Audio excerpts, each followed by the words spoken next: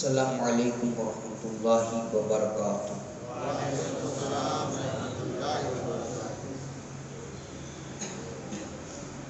الحمد للہ رب العالمین، والصلاة والسلام علی سید الانبیاء والمرسلین، اما بعد فاعوذ باللہ من الشیطان الرجیم، بسم اللہ الرحمن الرحیم۔ وما ارسلناک الا رحمۃ للعالمین، صدق اللہ مولانا العظیم وبلغنا رسولہ النبی الامین المکین الکریم، ونحن علی ذلک لمن الشاہدین والشاکرین والذاکرین والحمد للہ رب العالمین۔ بارگاہ رسالت معاذ صلی اللہ علیہ وسلم میں بلا تاخیر درود پاک کا نذرانہ پیش کریں اور پڑھیں اللہم صلی علی سیدنا و مولانا محمد الکرم وآلہ وصحبہ وبارک وسلم، صلاۃ و سلام علیک یا سیدی یا حبیبی یا رسول اللہ صلی اللہ تعالی علیہ وسلم۔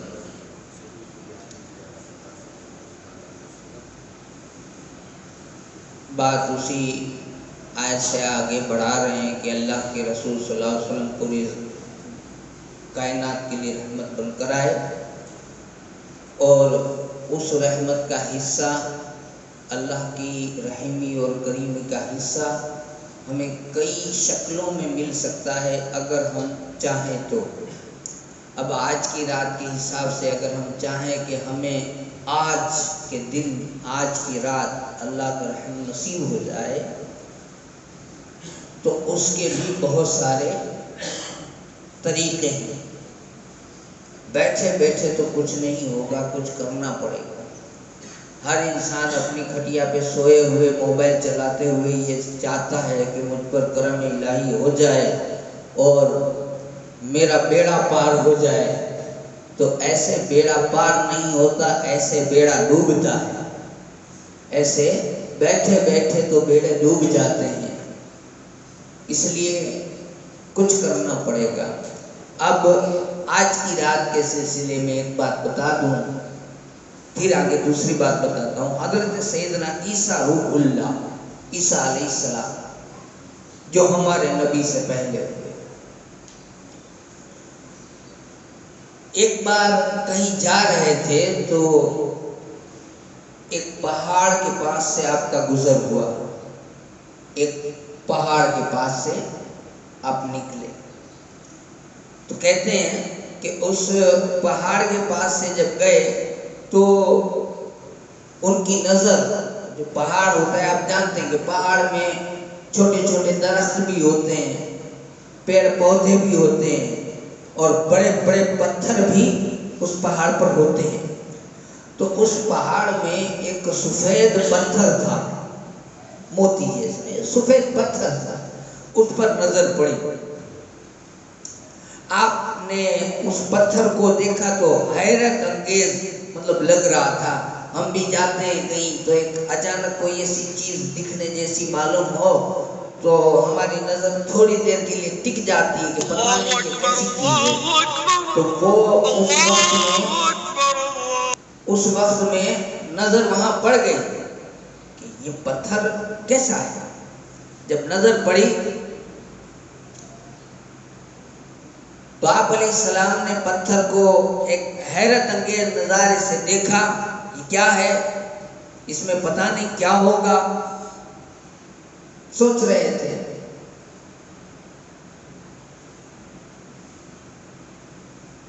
تو اتنے میں پروردگار نے آپ پر وحی فرمائی، اللہ تعالیٰ نے وحی فرمائی کہ اے عیسیٰ، آپ اس پتھر کو حیرت سے دیکھ رہے ہو کہ یہ کیسا ہے، آپ ایک کام کرو، میں اس سے بھی بڑھ کر کے حیرت والی چیز بتاتا ہوں۔ آپ تو اس پتھر کو دیکھ کر چونک گئے ہو نا، میں اس سے بھی بڑھ کر ایک چیز اور بتاتا ہوں، دیکھنا چاہیں گے؟ جب یہ کہا تو عرض کی ہاں مولا دیکھنا چاہوں گا۔ تو وہ پتھر جو تھا نا وہ شک ہوا، ٹوٹا، اور اس پتھر کے اندر سے جب شک ہوا تو پتھر کے اندر سے ایک بزرگ، ایک اللہ والے بزرگ، سبز عصا، ہرے رنگ کا عصا، لکڑی مبارک لے کر کے اندر سے نکلے اور آئے،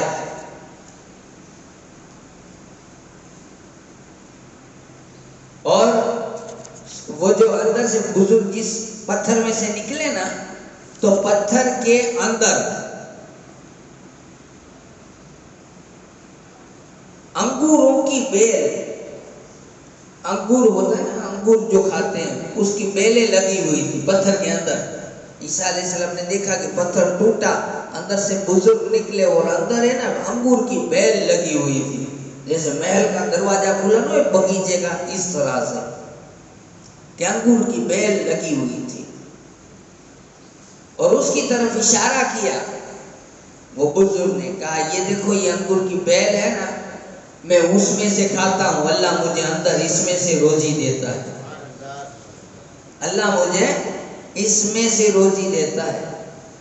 تو سیدنا عیسیٰ روح اللہ نے ان کو پوچھا کہ اس پتھر میں آپ کتنے سال سے عبادت کرتے ہو؟ پتھر میں کتنے سال سے اندر ہو، عبادت کب سے کر رہے ہو؟ تو اس نے کہا جی میں 400 سال سے ہوں۔ کتنے سال سے؟ 400 سال سے۔ اچھا، تو عیسیٰ علیہ السلام نے بارگاہ خدا بندی میں عرض کیا کہ مولا سجدہ کیا، مولا دیکھو کتنی بڑی عبادت کرو، 400 ورے، 400 سال سے وہ اس پتھر میں عبادت کر رہے ہیں اندر۔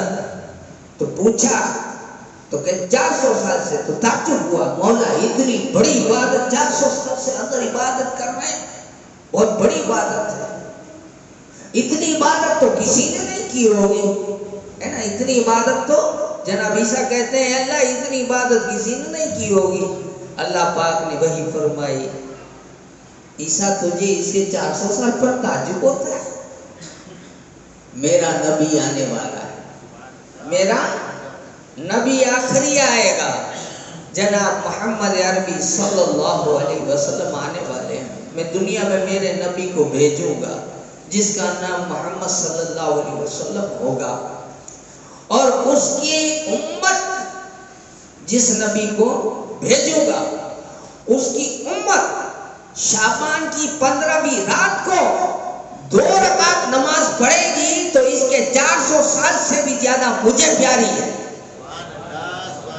سمجھ میں آ رہی ہے؟ وہ کون سی رات؟ آج جو رات آئے گی وہ رات، اب اندازہ لگا، چھوٹی رات، ویسے اللہ کی ہر رات ہے، ہر رات بڑی ہے، ہر دن بڑا، ہر دن اللہ کا، ہر رات اللہ کی، لیکن جسے کوئی خاص مقام حاصل ہے، جس سمے میں خاص سمے ہے، وہ اللہ کی مرضی، کس وقت کو خاص کر دے، کس تاریخ کو خاص کر دے، وہ اللہ کی مرضی ہے۔